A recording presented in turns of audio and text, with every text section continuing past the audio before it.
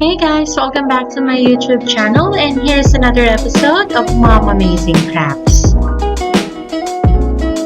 With what's happening nowadays, people are starting to look for alternatives on how to earn money. You can start earning money while selling at the comfort of your home by creating an online store. I'm going to walk you through on how to create one, which is called Shopify.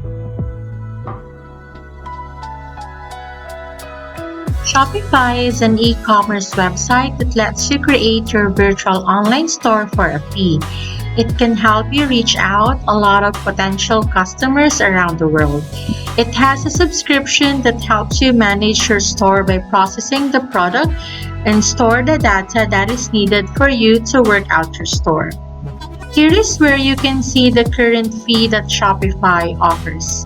It differs on what is the region that you are currently in. As for Philippines, the pricing is about $13 to $107 per month. You can check out more about the pricing on this website.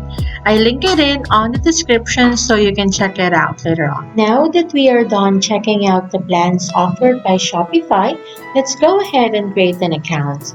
First, go to shopify.com. Once you're on the website, you can select to have a free trial for 15 days where you can utilize and play around the platform. You need to enter your email address, your preferred password for your account, and your store name. Once you're able to fill it out, you can proceed on clicking the Create Your Store button. The next page is about your store. You can fill it out or you can skip the options on the screen. On this page as well, you can select if you are creating a store for a client.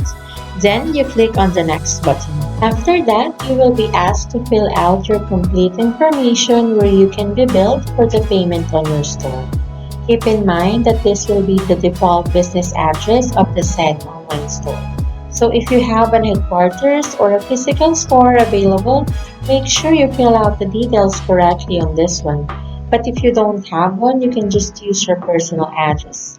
Then, proceed with hitting the Enter the Store button. It may take a few seconds to a minute for it to load your details, and it will notify you as well that your store is ready. This is how it will look like if you're going to try and log into your Shopify store. As you can see, there is an option for you to switch an account or create a new one. What are the things that you need to do first once you already have a Shopify store account? There are 3 things that you will need to focus on. First would be the items that you're planning to sell on your virtual store. You will need to have photos of your product ready for upload as well as the details of it. Second will be the design for your store website. You will be the one to choose on how it will be published. You can customize and use the themes available on the platform, or you can upload one on your own. Last will be adding your own domain name. If you already have one, that's perfect. But if you're still looking, there is an option for you to buy a domain too. So let's proceed. Here is the homepage once you log into your Shopify account. We are going to set up the products for my store.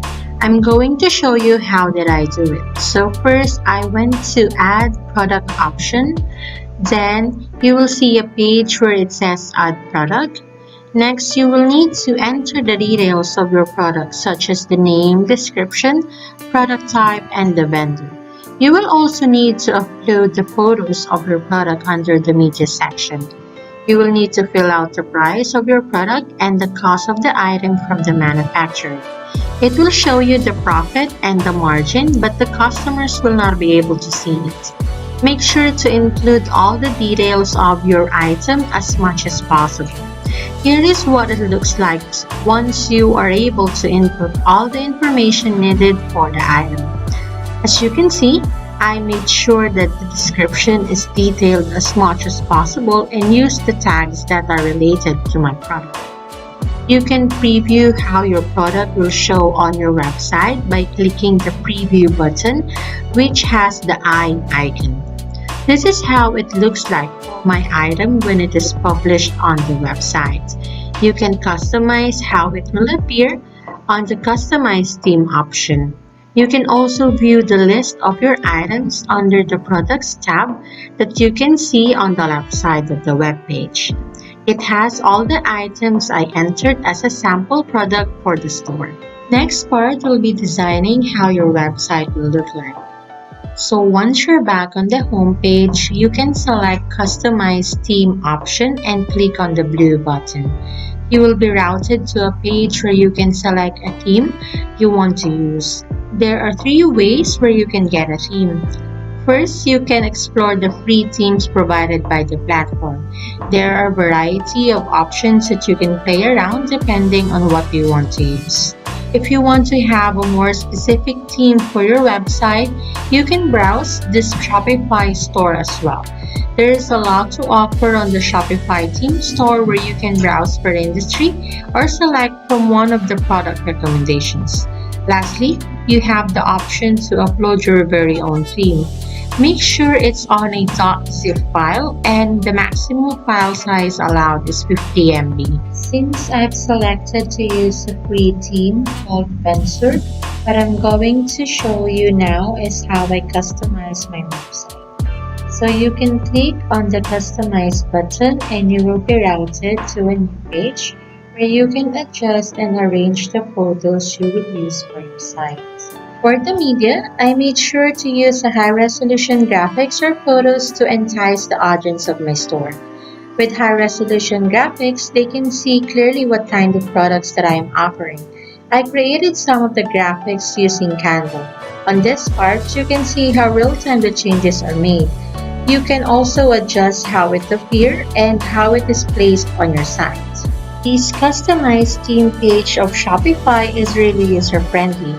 You don't need to know CSS or HTML in order to create an online store unless that there are some changes that you want specifically that you might need to tweak the theme using HTML. No worries, it's still easy to work around with this. On this one, it's easy to add a new information that you think that is needed for your customers by selecting the Add Content button. Here, I added a Contact Us portion for my audience. These are the menus that you will see when you're customizing the theme. You can play around with it and see what's best for your store. There's also an undo button located on the lower part of the menu in any case you want to go back to your work. There's also a lot of options that you can add to your Shopify store. You can add videos, testimonials, collection list of your products, and blog posts. You can also add a map of your store for your audience so they can easily find it if they want to visit your physical store. Now that we are back on the themes page, you can see a reminder that the online store that we have as of the moment is password protected. You can select and disable the password for your store if you already selected the plan for Shopify. As I mentioned previously, Shopify will assist you in making your business grow, but in order for you to use their services, you will need to have a subscription from them. Once you click on that disable password link, it will show where your password is for the store. And again, the message is showing up here, so make sure to settle down your plan before the trial period ends. You can also set up a message for your store visitors. Going back to the previous page, you can see your store by checking the action button and selecting preview. There are other options available as renaming the theme name, creating a duplicate, and downloading the theme file too. If you want to go to the advanced settings, you can do as well by editing the codes for your chosen theme and editing the language available for the site too. This is how it will look like if you click your preview button, and there is a bar on the bottom part of the page where you can share the link for your store preview. You can also hide the bar on the bottom part as well. After you set up the theme for your website, you need to add the domain for your store. It's a way to establish your brand amongst other in the marketplace. With your own domain, it's easier for the market to identify you from the rest of the stores available. You can use your own domain if you already have one, or you can purchase one here. You just need to click on the Add Domain button, Then on the next page, you can see that you can connect your existing domain or you can enter a domain name that you want to use. I looked up for my own domain name and it is still currently available for about $14 per year. You can also change and select from the other extensions available if you don't want to use the .com extension. Now that we are done with the basic parts on how to create your Shopify store, you can go ahead and browse the different tabs available on the platform. If you are ready to purchase a plan, make sure to utilize every settings that is provided for your use to make sure your store will be able to cater the needs of your clients. Using their website as well helps you monitor every purchase made from your store. You can set up emails and marketing automations too. Create discounts and provide gift cards to your loyal customers. You can do all of that inside the Shopify platform. And that's the end of my tutorial for creating a Shopify store. I hope you enjoy checking out the tutorial I made and see you on the next one. Ta-ta!